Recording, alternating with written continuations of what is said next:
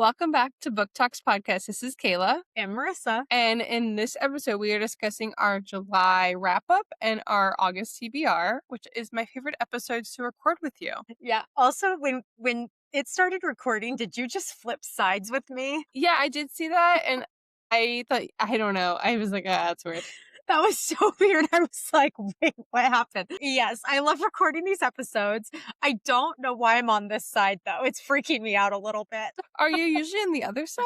I am. I'm like, we posted a video one time where we were flipped, and it bothers me to this day because I'm always on the right and you're on the left. And currently I'm on the left. And I'm like, I don't know where to look. I feel like I can switch. Maybe can we switch us? I don't know how to switch us. Whoever's editing can switch it. It's really easy to switch it. But I was just like, oh my gosh. If my eyes went really wide for a second, it's because we just flipped screens and I was like, whoa, what happened? I love when you kick Tom out of the apartment to record the podcast. It's just like a 1-bedroom apartment. And I'm like, we just don't have time for that. Like, it's like we're in session, so I'll either plan it around his runs or when he's at work. So he's in the city right now. So I was like, perfect, let's just record. Yeah. No, it's great. I don't know why I was thinking last night about how you only have one bookshelf because you live in a 1-bedroom apartment. That is, I don't know if people realize how few books you're actually able to keep on just one bookshelf. Like, you have to be so selective. I know it's hard. I'm kind of maxing out because I did buy Maggie Gates books. So I might have to just start bringing more books to Tom's mom's house to like store them. Mm-hmm. I would say I do donate a lot of books to the free little libraries by me. So the ones, and they always get snagged up. So whoever's picking them up must like love me. They must be like, who is this reader? Because I'm dropping some big books over there. Okay, so you stamp the books that you drop off with our Book Talks logo. So if you're the person snagging all of Kayla's old books, please comment down below because I feel like it's probably the same person. Like, do you think they're actively checking now? Like, I know this little free library always has the good stuff. Let me just check every day just in case. No, because a lot of people come off the train and they go straight to the beach. So I think it could be a lot of beachgoers. Maybe in the off season, they're like more aware of like, oh, someone dropping off good books. But I fear they get snatched up more. And honestly, I've been liking so many books lately. I haven't been giving as many as I usually do. I know. You buying the whole Maggie Gates series was a big deal. I got this big box with them and I brought it in and Tom goes, what's that? And I go, books. And he goes, why? And I was like, I needed them. I literally needed them. Do you have them?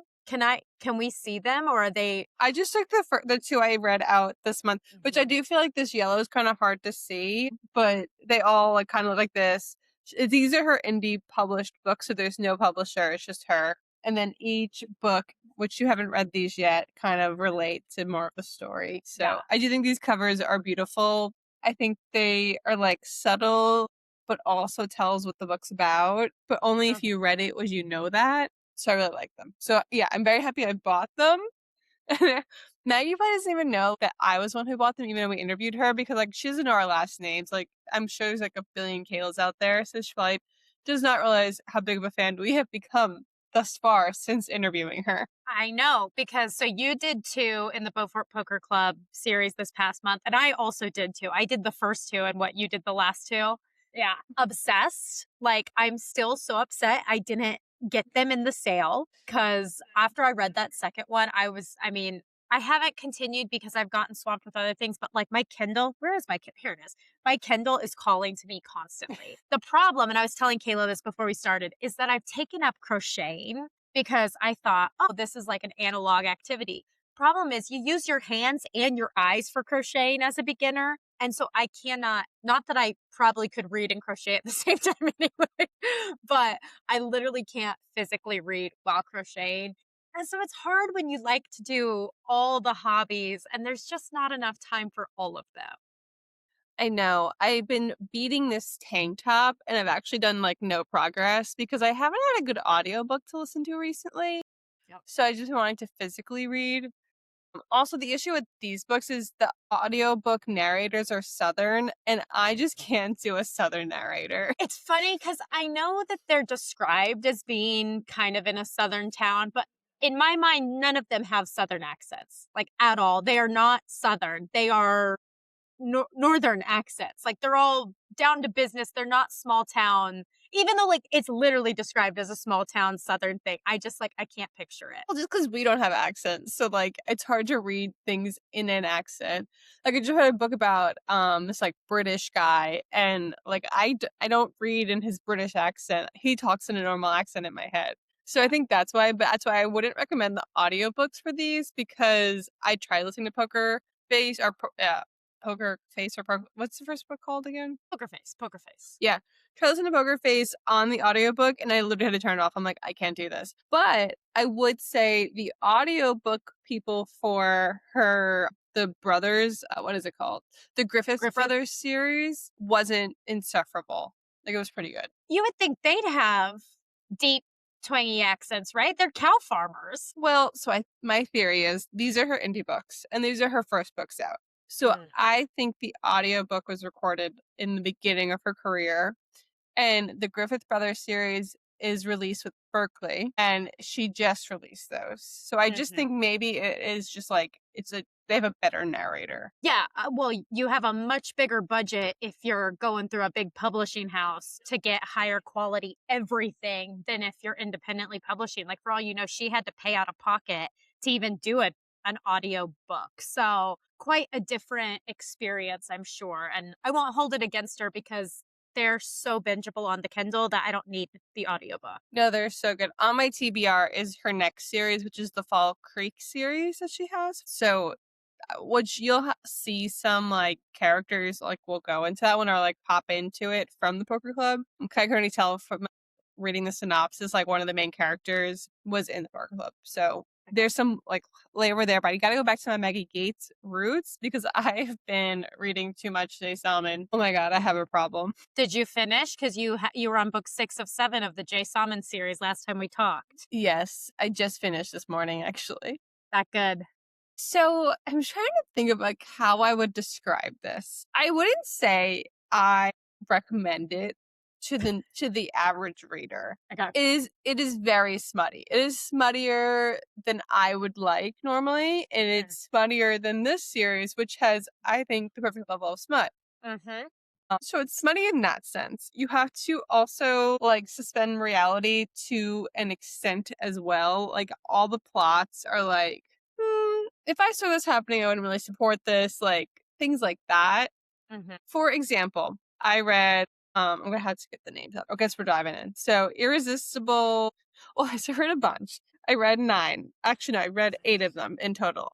So the first book I started with was Forever Undone, and this like nurse. So these are all second gen of her other 3 series, which I think I will read, but I digress. So the plot is she left an abusive relationship and she moves into her brother's apartment because he's like doing Doctors Without Borders and he's like in Africa being a doctor. And then she didn't know that her brother also told his best friend he can stay there with his child, which is this little girl. So they both end up at the apartment. They're like, no, I'm staying here. No, I'm staying here. And they're like, we'll both stay here. And then he just left like kind of an abusive relationship. And then his ex-wife died. So like he's dealing with that.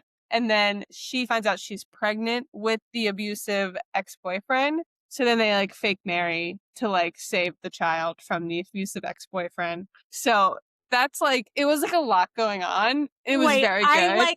I so want to read this now. You're telling me forced proximity, surprise pregnancy, and fake marriage all in one?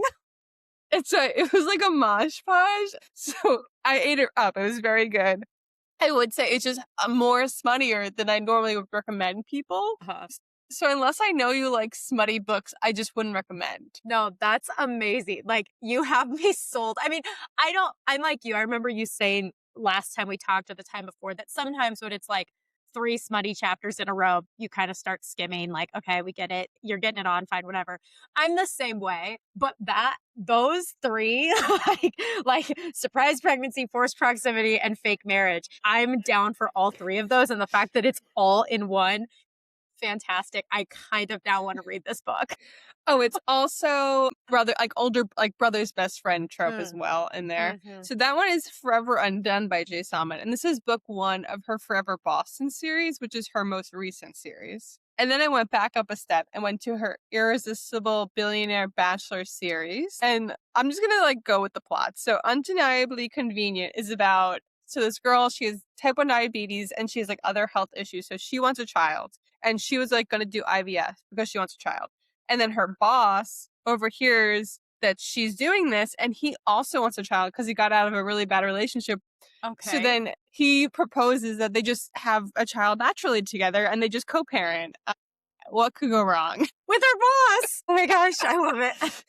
That was the one I was like, if you came to me, Marissa, and was like, I really want a child, I'm going to have it with my boss. My boss also wants a child, so we're just going to have one together. Win-win. So that was the one I was like, I love this, but this is a lot. Yeah.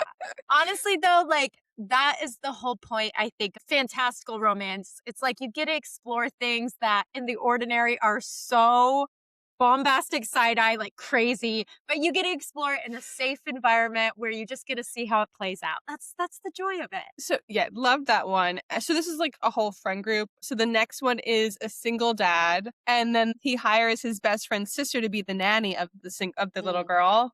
Mm-hmm. So what could go wrong there? I love that this whole friend group just has issues. Yeah. So that one is Undeniably Forbidden. The next one after that is Undeniably Infatuated. And this is his brother's ex-girlfriend. Okay. And they both find themselves stuck on his sailboat for 2 weeks, sailing the Caribbean. What could go wrong? Sure. This one. It's getting worse, I think. This one's called Undeniably Married. So she finds out at the altar that her fiance was cheating on her. So she runs out of the church and runs into her guy best friend. And she's like, take me to Vegas. I want to get away. So the two of them go to Vegas and get drunk. And then they're, we should just get married together. And that one has a little surprise pregnancy trope in there too as well. Amazing. And they're all billionaires, so they're all rich? Yes. Each one is somewhat related to the Fritz billionaires of Boston. They're this famous medical family in Boston. They kind of run Boston. So they're all kind of either related or friends with. So yeah, everyone has money. Well, some people are marrying into the money. So, dreamy. Right. And the last two, these two are enemies to lovers. This is just a brother's best friend romance, nothing really crazy there. Oh, and he's her boss. So boss and coworker relationship. Okay. And then the last one is this Hollywood actor finds out he has a son, and they're trying to take him away. So then he fake dates a friend of his, and they go to a Caribbean island to get away from the press with the son, so what could go wrong? Sounds fantastic. I feel like when you say you're not sure you can recommend them, I'm saying why not? They were really good. I literally couldn't put them down. I just think they dabble in some of the smut that I'm grab my pearls and I'm ooh, this is a lot. And I've read a lot of weird stuff. We read that series where there was 5 girls, 1 guy, all bonded together. Yeah, it was by Jay Bree, Savage Bonds or something. Yeah. So, yeah. So those are that's what, 1, 2, 3, 4, 5, 6, 7 books that I read this month. Did you come up for air and read anything other than Jay Salmon? So I read the 2 Maggie Gates books. Right. Okay. This one is, I can't tell you actually because it's just going to spoil things because you're in the mix of reading it. Best friend brother trope, friends to lovers trope. Okay. I love very good end to the series. I was depressed after finishing these 2. And then I read actually 4 more books. Wow. I read 13 books this month. And I attribute that all to Jay Salmon because I literally I have a problem. Yes. We discussed this on the podcast, so I will skip that. This book, for those who watched our episode a while back, Tom took me for my birthday to a book signing for this author, Kat McKenzie. We were the only people there at that time, and it was very awkward, but it was very thoughtful of him and I maybe found a good author. So this girl signs up for a tour group to travel all of the UK to like find herself after a bad relationship, and it ends up being an old lady tour group and a very hot tour guide. I think you would like this because she's just really mean to him the whole book, and he just like loves it. Yeah. Like to the point where I was annoyed. I'm like, why are you being like this to him? Like he's being so nice. So this was cute, a very cute read. I did mostly audio for this one, but very cute. I discussed this on my like summer reading vlog thing. This is Elsie Silverbook in Elsie Silver's world as part of her new series. This was like Cowboy Bachelor-esque. Okay. It was good. It wasn't my favorite of hers, but a fine read. And then this one we were You requested it. okay. I was gifted this one extracurricular, which is a professor student relationship. She's also like just coming out of the world of Hollywood. So I love an ex celebrity on the run thing. I had very high expectations for this one. I was thinking Allie Hazelwood, and it wasn't quite Allie Hazelwood. I wouldn't say it was bad. Like, I did really enjoy it.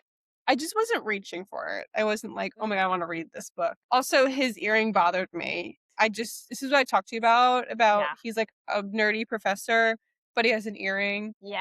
And also, I feel like we got to know, like, for her, I feel like she had no substance. Like, she was just, like, anxious all the time, and, like, there was nothing really to her, whereas, like, he was a very fleshed out character, so I feel like the author needs to flesh her out as well. But I do think it's a fine summer read. If you're into professor romances, I think it'll be up your alley, and it's very pretty. The copy is beautiful. Yeah, that's why I like, really wanted to love this, because I told you I'm missing Allie Hazelwood. Yeah.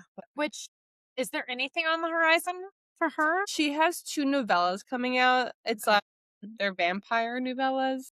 Are they in her series? The mate and the bride one? No, actually, I don't know the answer to that. So I think they came out on audiobook, and now she's releasing it in paperback. Okay.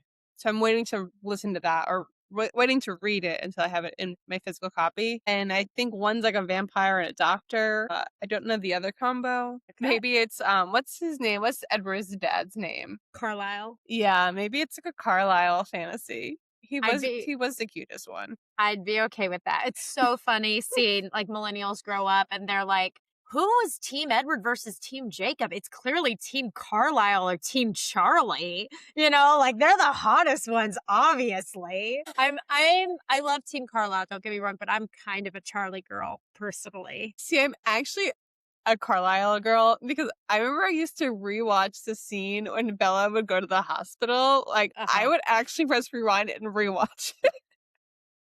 So, you know, the scene that gets me, it's when after her birthday party and Jasper goes crazy on her and she gets injured, Carlisle's like bandaging her up. And to this day, I still say her and Carlisle had 1,000 times more chemistry than her and Edward ever did. I mean, I was like, whoa, bandage me up, Daddy Carlisle. Like, that's amazing.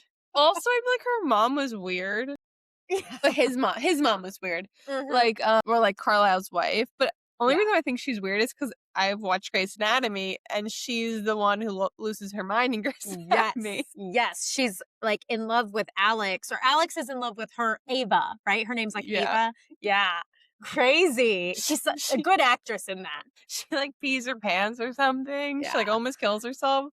And I'm like, you're telling me she's married to Carlisle? Like, no. I don't think so. We've seen Grey's Anatomy. Come on. She must have a thing for doctors, though. She must. She must. But no, Carlisle, yeah, if you're Team Carlisle, I get it. For me, I'm just personally a Team Charlie. Like, there's just something about that. I don't even like mustaches, but there is just something about that man that as I've gotten older, I'm like, yeah, I think I'm Team Charlie here. But that's a great reading month for you. Yeah, it was a little crazy. I didn't expect to have so many. I think August will be slower because we have a lot of work to do, unfortunately. Fortunately. Honestly, like, I thought my July would be better than it was. It wasn't bad. I read either 8 or 9 books. So, like, it was a good month for me. But I read, like, 11 books in the month of January. But I think I was doing more audio then. So that's why. And I really haven't been doing audio as much because I used to listen to audiobooks while I worked. And I just like haven't been able to do that. I don't know if it's like the level of work I'm doing now requires more thinking or what it is, but I can't seem to get in the habit of listening to audiobooks while I work. So I feel like I'm missing out on some things, but that's okay because I'm physically reading, which is also good. And I did get two off my TBR behind me. Not as many as I would have liked, but I started with, and I think I kind of talked about this on one of our videos, but The Younger Wife by Sally Hepworth. It was fine. Was it? Wait, I know I don't remember. It was, it was the first one I did. Hold on. Let me check what I gave it. Come on. What I give it. Okay, yeah. I gave it a 3 and just said it's not the Sally Hepworth novel I'd recommend, that I think there are much better ones. So for me, I don't recommend this. If you like thrillers, I think there are better thrillers and personally better Sally Hepworth novels. I would do The Equation, or no, The Soulmate. I think it's called The Soulmate before I did this one. I Are you also going to keep it though? Are you going to toss it or keep it? That's a good question. You know what? I don't have any other Sally Hepworth ones, so maybe I toss it. Like if I had her other books, I might be like, "Oh, well for the collection." But I don't have it. So, I mean, I do think the cover's pretty, but I would never reread this personally. It's not my favorite. So, yeah, maybe toss. I'm hyped up on caffeine, clearly. I then did a Mary Kubica book, Just the Nicest Couple. This has like pretty terrible ratings on Goodreads. I don't know if it's one of her earlier novels or what, because again, she has pretty good novels out there. I actually liked it. I didn't hate it. It kept me interested. I will say, like, she didn't really distinguish, but it's about two couples.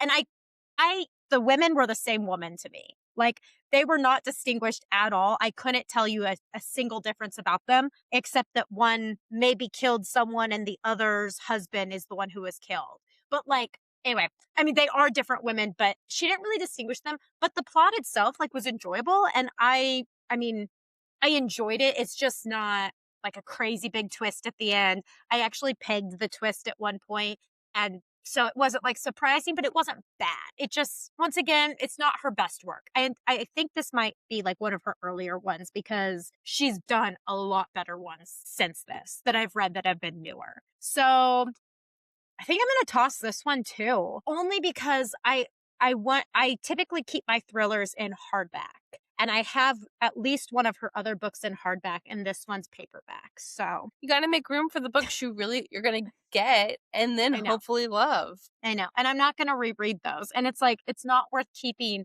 just for a future thriller video of thrillers I recommend versus don't recommend. It's like, you know what? I can put a picture on the screen. It's fine. We'll live. So those were two that I physically owned and I read. This one is another thriller, although I'd actually maybe classify this as horror. It's called The Vanishing at Castle Moreau. And I don't think I recommend it. It's not bad, but it's classified as thriller and it's got like paranormal activity in it. Like literally the first chapter, there's a woman in black standing over a girl's bed with gnarled hands. And I was like, that's not a thriller. That's like scary. Like I don't want to read that kind of thing at night. That freaks me out.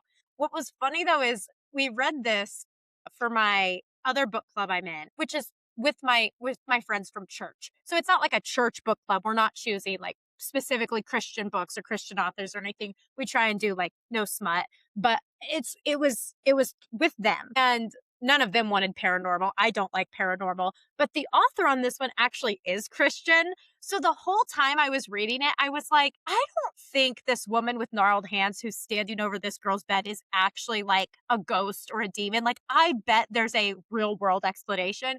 So the whole book was kind of tainted for me because I knew that it was a Christian author and I had a feeling it wasn't what it was like presenting as. So again, it's not like a bad book. It's just for me, not something I enjoy genre wise because I don't like paranormal stuff. I thought you rated it like a 4 on Goodreads. I was probably being nice. I was like, gosh, you like that one. So like on Sally Hepworth and Mary Kubica, they're big time authors, like through a publishing house, big time, very popular. A 3-star review for them is not going to kill their rating.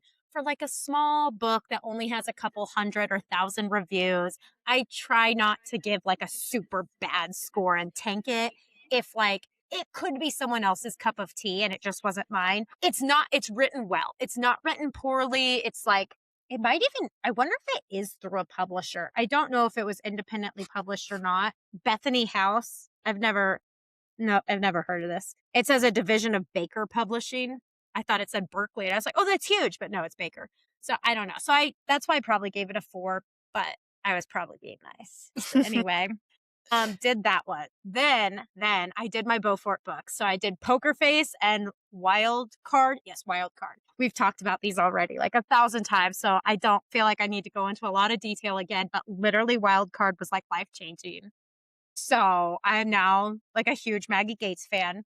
That was my first surprise pregnancy. And like, if that is how good surprise pregnancy can be, you bet your butt I will be reading so many more surprise pregnancies. Like, so good. Loved it. Cannot You just say said that was my first surprise pregnancy. but it won't be my last. She means book. Book. Yes.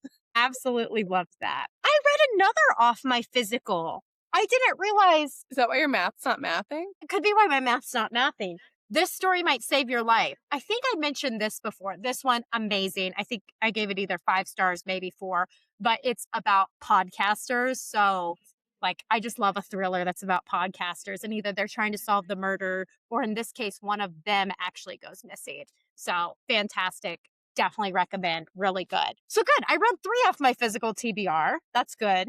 And then I read those two Kindle ones, Poker Face and Wild Card. I also finished The Mistake by Elle Kennedy, which is the second book in the off-campus series. Loved it. Loved it. So good. I then immediately jumped into The Score by Elle Kennedy. I haven't finished it yet, but I'm like about halfway through, and it is I'm loving it so much. It is so good. I don't know what it is about her books, but so good. But those are all Kindle ones, not ones I physically own. I would say I saw on Instagram today these beautiful covers of the off-campus series. They're hardback, and the sprayed edges are like each of their jersey. So if you were to buy them, I think you should buy those because I don't have those. I had the updated paperback versions, and I do like those. I wouldn't buy a new set, but if you are buying a whole set, you should do that. Okay. I haven't. Do you think she's selling them, or is it from like a different? I just saw it online. Let me look if I can see anything. No. Oh, so online they're selling these like really bright colored ones. Well, I think they might be like an exclusive edition somewhere. We might have lost our chance. Too bad. They were so pretty. I bet. Like, I was obsessed. I debated. I'm like, do I need more? And I was like, no, you don't need more. We have like, there's too many books. I have pre-ordered 4 or 5 books already, and I'm just like, where am I gonna put them? Like, it's full. I'm actually thinking I'm gonna get the extender for the like the IKEA bookshelf, and then I can have another level. So I think I might do that. What about your plant though? I think I can put it up top. Okay. I know that plant is really beautiful. I know. It like trickles down. I know. Well, we had good reading months. Because I did Thornbird too, so obviously we discussed that one. You know what I want to do? We talked about this before, and you talked about pre-ordering a book. I don't know what it is about Alex Astor, but she just seems like a genuinely nice person. And I don't know if you saw, but she posted like a video on TikTok of her like practically crying. I mean, I think she was crying, but basically apologizing to her fans because her second book is delayed in what was it called? Starside or Starside? Yes. And the second book in that was supposed to come out, and it's been a little. Those are beautiful. And this is from the library. Okay. Who knew they would spring for that? I know. That's your hard-earned tax dollars right there. I know. This is due really quick. I have to get back the 18th, so I gotta read it. Buckle soon. down.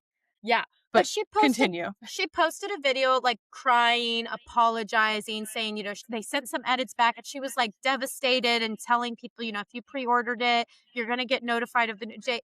And literally everyone in the comments was like, Alex, chill. It's okay. Like, we will read it. Like, you don't have to apologize to us. And it was so sweet. And I was like, it just made me want to read her stuff. Cause like, she seems like a genuinely nice person. It didn't seem like an act. It seemed like she felt like she was letting people down. And it's like, no, like people want to read your stuff because they love it. So I was like, that makes me want to read Starside. Plus everyone said it is so good. So I read her romance book, which I didn't love. Because it was a little like far-fetched. Like he was just like this millionaire, and he just like swept our feet and was like a little, I don't know, I just didn't love it as much, but I feel like she had a lot of criticism for her first series, which I don't even know how many books it ended up being. But I have a really good friend who loved that series, like, Yeah. and she's a tough critic. So I was very torn on like if it's good or not. And then everyone's been raving about this book, so I put it on hold at the library, and then it came in the same time Out on a Limb came in, so I just picked them both up yesterday. Okay. But this one is due back on the 18th, so I have my work cut out for me, and I kind of have to read it like as soon as possible. So that's why I'm so torn what to read next. Like, I really want to read Out on a Limb, but I need to read this before the 18th. And then we need to read Morningstar. I know. Okay, so for those who don't know, Out on a Limb was selected as our Fable Book of the Month book. So if you're not on Fable and you're not part of our book club at Book Talks Podcast, you should join. We did a vote live on our last video, and Out on a Limb won, and I didn't even vote for it. I know. I'm actually very excited because I feel like I've heard really good things about Hannah Bowen Young, and it's a surprise pregnancy trope book. And I think that's what me and Marisa just might launch our podcast to be. Okay, when we first started podcasting, everything I read said, you need to find your niche. You need to find your niche. You know what? I think we found it. I think surprise pregnancy is our niche. What does this say about us?